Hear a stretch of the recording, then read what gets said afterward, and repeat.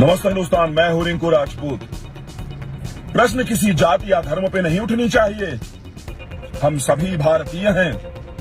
बचपन से आज तक हम यही पढ़ते आ रहे हैं, सर्व धर्म समान। और हाँ, मुझे गर्व है कि मैं एक राजपूत हूं। उससे कहीं ज्यादा मुझे गर्व है कि मैं एक भारतीय हूं। और मुझे गर्व है अपने भारत के उन वीर योद्धाओं पर जिन्होंने न सिर्फ एक समाज का नाम रोशन किया है, बल्कि भारत की उस भूमि की रक्षा की है जिस भारत की भूमि के कंकर कंकर हमारे लिए संकर समान है। आप सभी से निवेदन है, आपस में लड़ना बंद करें और भारत के एकता और अखंडता का नारा लगाएं।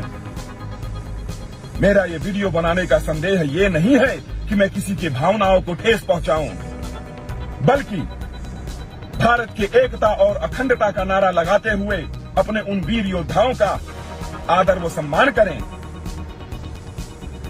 जय हिंद, हर हर महादेव।